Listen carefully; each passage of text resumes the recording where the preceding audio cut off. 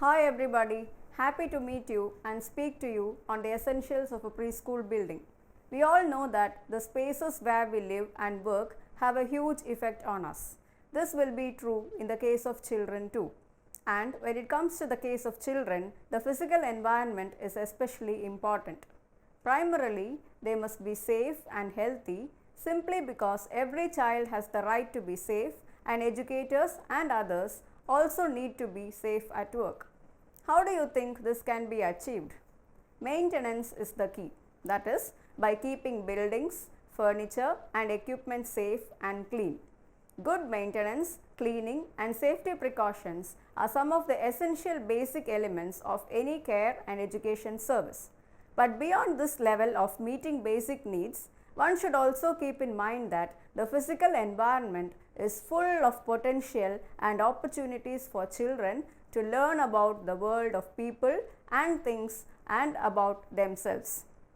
Let me bring your attention to the physical environment, which is not a backdrop for learning, but instead it offers opportunities for learning. So how should such an environment be? It should have the ability to inspire, challenge, encourage and excite. The possibilities are enormous. And how can this be achieved? Yes, it is the role of educators to turn these possibilities into real opportunities to make the physical environment comfortable, inviting and interesting. When children are in environments that offer rich opportunities and experiences, they learn and develop much better. Such learning can occur only in areas that are qualitative, which includes both the indoor and outdoor spaces which are easily accessible. It also includes the design and location of the premises that are appropriate for the operation of a service. Having given you an introduction, let me now go into the details of what is a preschool. How can you define a preschool? Preschool is a school serving the needs of children in the age group of 2 to 6 years by offering them experiences adapted to what is now known about the growth needs of these age levels. It shares with parents the responsibility for promoting sound growth in a period when growth is rapid. The preschool is a living place or an organized community for growing children. It is primarily important in educating them in the gracious art of living and not a place for formal learning where the main purpose is to communicate a certain prescribed quantum of knowledge. Remember, a preschool is not a parking place as it supplements and enriches the basic experiences that a good home offers. Let's focus on what are some of the important aspects focused on in a preschool setup. In the preschool, the children are encouraged to broaden their horizons, to develop new interests, to experience stimulation and satisfaction of exploring, manipulating and creating. Thereby, they discover that they can work and play and be happy away from home, and also gain confidence in meeting new situations, adjusting to people and finding that the first step towards maturity is an exciting adventure. Can you now tell me what are some of the objectives of preschool education? Do you think there is a link between the objectives and the preschool building? Yes, indeed. The first prerequisite for the achievement of the objective gracious living is a clean, pleasant and well-maintained building. You must be wondering why I say so. Let me make it clear to you. Children spend most of their time during the day in the preschool rooms or grounds. Naturally, the surroundings are bound to exert a far-reaching influence on their growth and health. Therefore, the school building, the situation, design, lighting and ventilation all have important roles to play in the behavior of the children. Preschool education has a great role in changing not only the immediate education of a child but also their future lives and also that of their families. Please remember that a nursery school or a kindergarten is one organized for the purpose of educating a group or groups of 6 or more children less than 7 years of age under the supervision of qualified teachers, providing an adequate program of learning, activities and maintaining good standards of health and safety. Now, how do you plan a preschool building? What are the objectives of planning a preschool building? They include aspects such as to look after the physical well-being of the young children, to provide the children with adequate space to move freely, to make the children familiar with varied situations in life, to ensure protection and safety to the children, to make the children comfortable and happy at a place other than their own house, to provide for the convenience of the children, to stimulate the aesthetic appreciation among children, and to enhance all the all-round development among children. Also, to provide adequate space for both indoor and outdoor activities. Let's go into the crux of the chapter, which gives you guidelines for planning a preschool. The location. A preschool must be situated not far away from the main habitation of the people of the place. Children attending a preschool are below 6 years, so they often feel uneasy to be far away from the main place, that is their homes. The practice of carrying children in a bus or in a car from a distance of 2 or 3 miles is not at all desirable. The site must be quiet and safe, not in the midst of the burn of a market or a business place. It must also have some space which could be used for gardening and outdoor play. The building should be located at a site that is easily accessible to children. It should be safe from hazards like heavy traffic, ponds, ditches, nalas and pollution. The desirable characteristics are: there may be a direct approach road for the parents to bring their children for the school transport and the delivery of supplies. It may be close to a primary school. It may be located away from distracting noise of traffic. The immediate surroundings of the preschool may have plenty of natural resources which could be used as educative material, and it may be located on a ground floor. Coming to the facilities, the first thing needed in a preschool building is spaciousness. Children must have freedom of movement. If they are walking, running or carrying things from place to place, their progress should not be hindered on account of shortage of space. Rooms must be well lighted and well ventilated. In India, working in the open is possible during half year at least. Work in open air should be encouraged as far as possible. If there are big trees in the compound, seats can be made under and around there for children to enable them to do their individual work. Even a whole class can sit under the shade of a tree for stories and songs, etc. If there is no natural shade, an extension shed should be put up with leaf or grass thatching. The open space should be big enough for a playground, a small garden, latrines and dumping pits. The remaining space must be divided into 3 parts. Playground materials for outdoor exercises should be provided in one part. Open space should be left for outdoor games, and the third part should be utilized for children's garden. If open space is big enough, a portion can be preserved for kitchen garden and another for experimental gardening. Now let's understand what do we mean when we speak about the site for a preschool. A site should include vicinity, soil, aspect and elevation. Selection of site. Setup of a preschool is very important.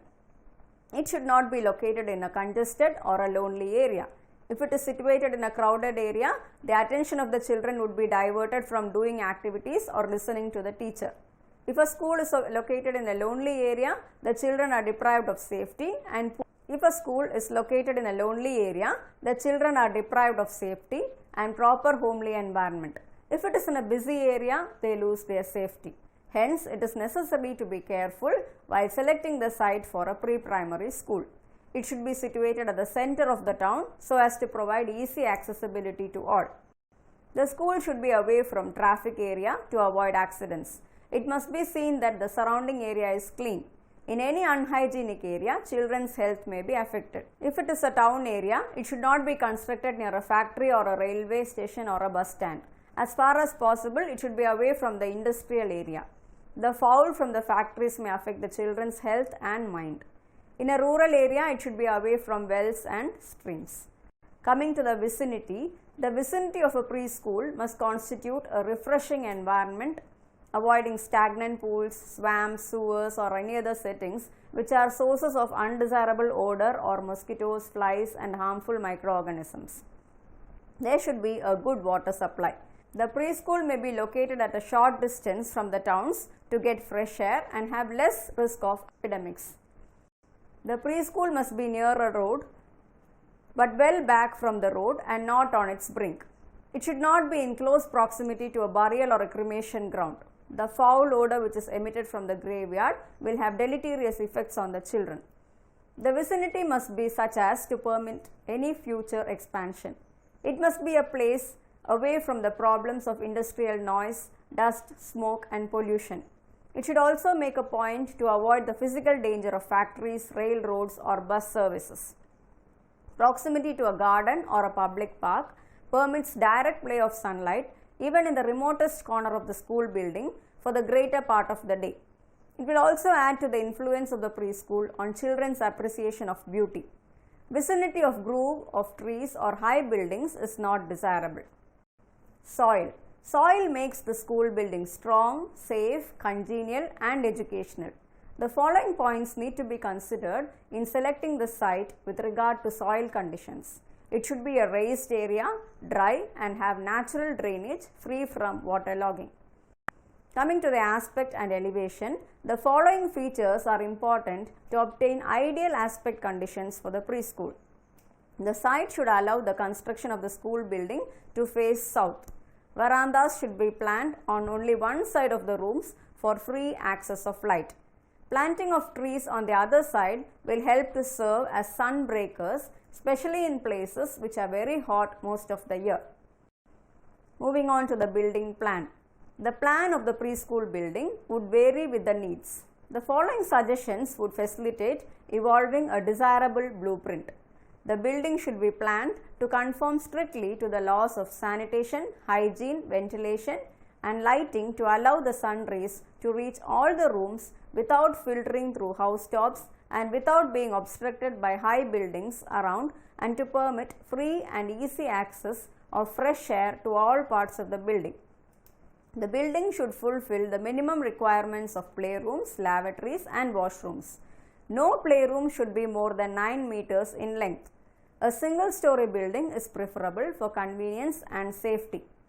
The building should look pleasing and appealing to the children with proper facilities.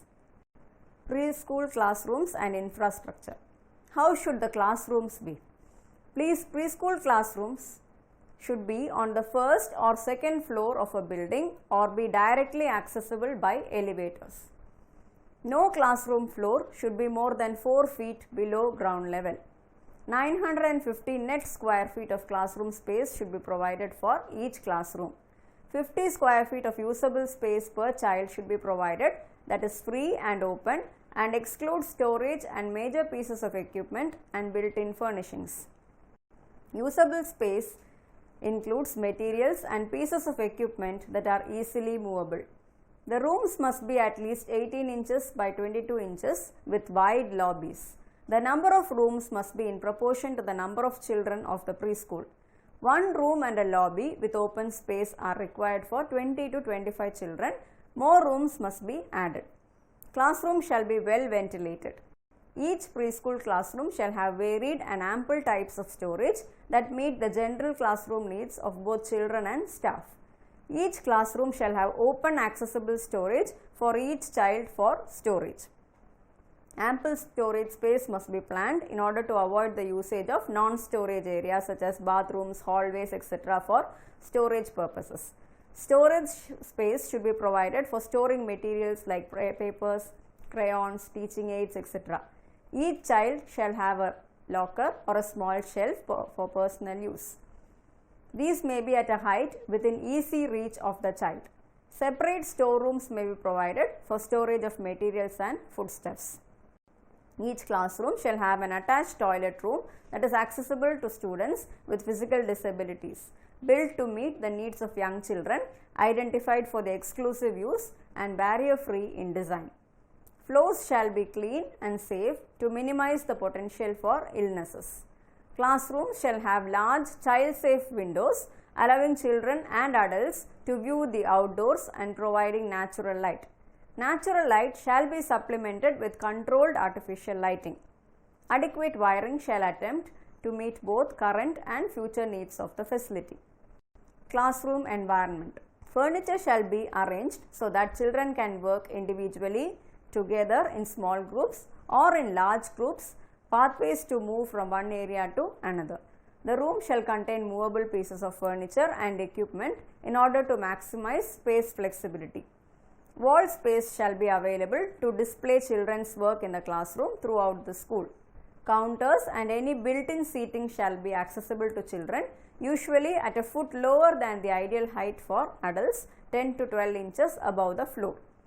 Open shelves accessible to children shall be available for educational materials to encourage independence and learning.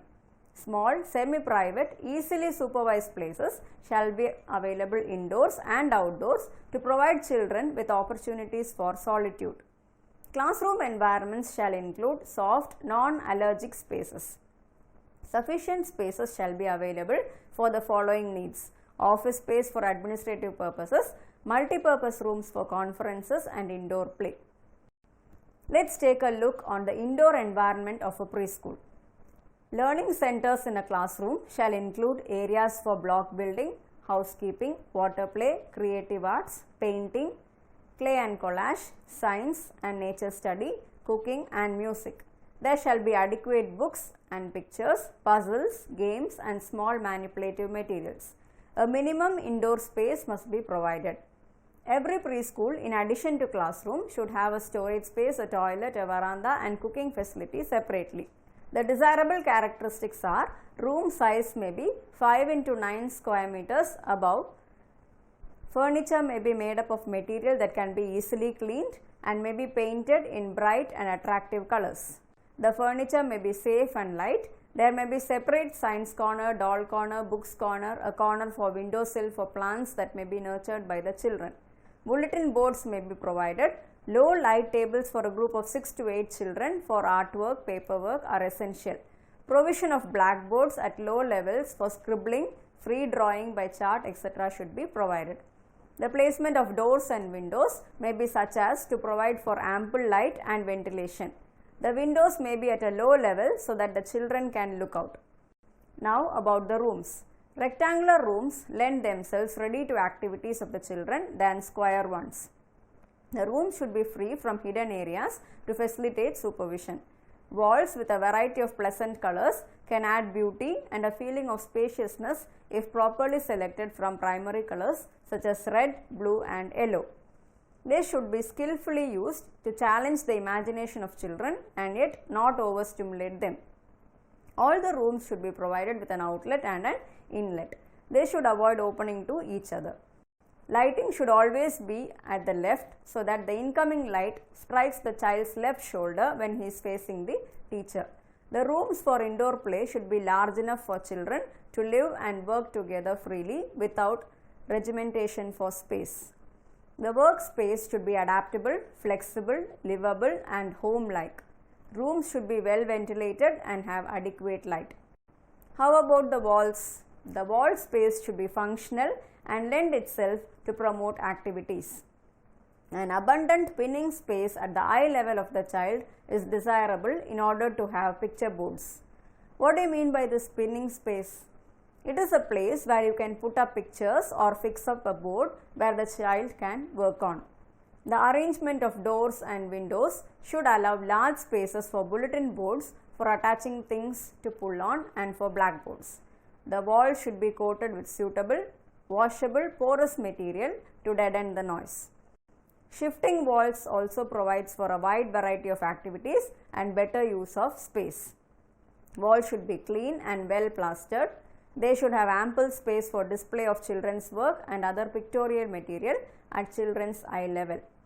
Moving on to the floors. The floors, especially that of the dining hall, should be of such material that can be cleaned easily and maintained in a sanitary condition. They should help to deaden or absorb sound and be suited to hardware. Since many of the child's activities are conducted on the floor, it is necessary that warmth and freedom from dirt is ensured. The windows and doors. The doors and the windows are important parts of the learning environment of the young child. Therefore, their placement needs careful consideration. The windows should be low enough to enable a child to look out and should be fitted with shades or blinds. They should be easily operated. All windows need to be fitted with guards or screens or both. The windows in the areas used for preparing and eating must be screened to keep off flies and mosquitoes.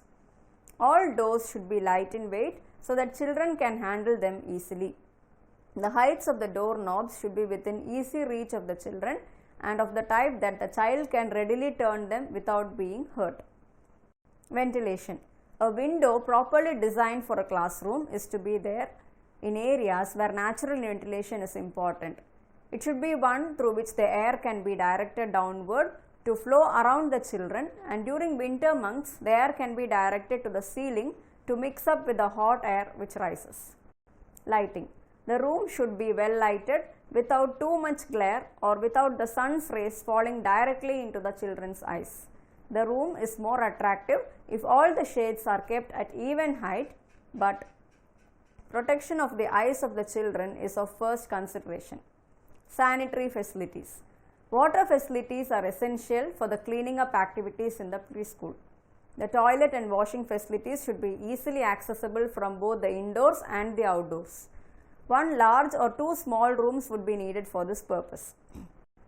One toilet for every 10 children is essential. The toilet floor should be of washable nature but not of slippery tiles. Toilet fixtures with seats varying at heights from 25 to 30 centimeters from the floor is desirable. The sizes must be according to the size of the children who are going to use them. Towels and labeled individual hooks and rails and hair combs are required where children stay all day in school.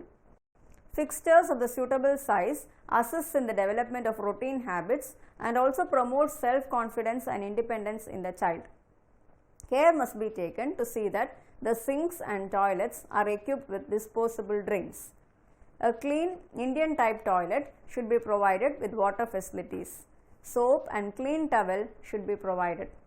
Garbage bin should also be kept there.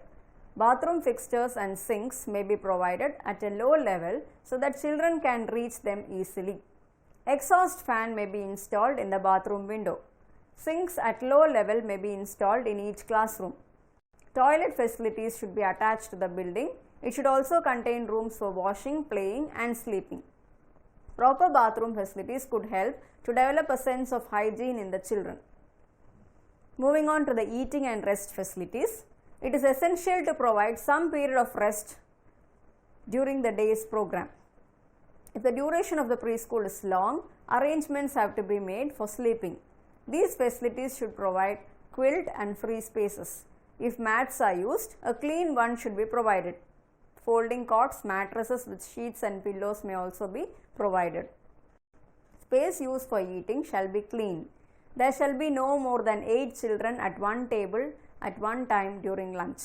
A sanitary cot shall be provided for each child who spends more than 4 hours per day at the school. There shall be at least 2 feet between cots at resting time. There shall be at least one flush toilet and a low mirror for each group of 15 children. Storage space. The storage space should be adjacent to the playroom and it is very necessary. Lockers must be marked in such a way that the children can recognize his own. Storage space must be properly planned. In the classroom, shelves for children should not vary from high but should be easily accessible to the children to take their things. The lock and key should be handled by the children themselves. This will promote self-help. It should be planned on the basis of the teacher-pupil ratio 1:20. Outdoor play. Outdoor play is critical to preschool development. Facilities and designs should include adequate outdoor space for larger motor activities. There shall be 100 square feet per child of outdoor play space for each child using that space at one time. Surface areas should include soil, sand, grass, hills and a large flat even surface for wheeled toys. There shall be adequate padding under climbing toys. Equipment shall be developmentally appropriate and in accordance with playground safety rules. Play areas shall provide a mix of sun and shade with sheltered spaces for solitary, small group and quiet activities. If possible, there should be some access to water for play. Outdoor play area shall be accessible to the children both from the classroom and from the toilet facilities. Outdoor play equipment shall include permanent, well-anchored structures for climbing and dramatic play. There shall be movable equipment, wheel toys, tricycles, wagons, trucks, building equipment, ladders, horses and a shed or an area to store this equipment. A minimum of 15 into 220 by 30 square meter of play space may be provided for a group of 30 children. Play space must ensure safety of the children, that is, prevent children from running out and getting hurt from serious injury. The desirable characteristics include the play area may have both paved and cemented space, slopes and steps leading to small sections that are at a slightly higher level than the rest of the play area may be provided for specific activities like climbing, sliding, etc.